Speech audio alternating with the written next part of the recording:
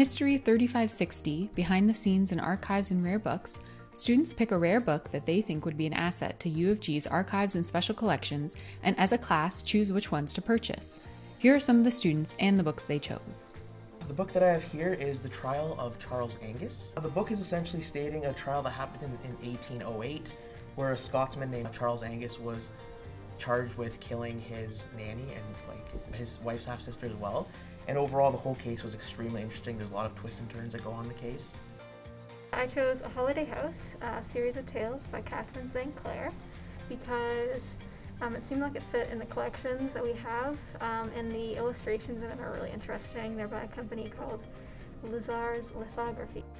I chose the Chinese-Japanese Cookbook because I've always been interested in Asian culture and Asian cuisine as well, so when this popped up as an option, I instantly felt as if I had to pick it.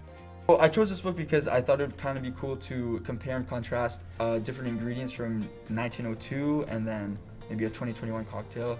I'm into the social aspect of drinking, so I thought it'd be really interesting to see kind of where these drinks were originated from. The book I chose was La Cuisinière Bourgeoise, the 7th edition, and the reason why I took it is because my background is Swiss, so I obviously gravitated towards the French book. I chose a collection of culinary calendars by Elizabeth O'Hiller, Claire Wallace, and Nellie Ryder Gates. I chose it because I like to cook and I like to bake, and it's really cool to look at old cookbooks and just see the process that they used like 100 years ago, because it's completely different from what we do today, and it's actually kind of intimidating.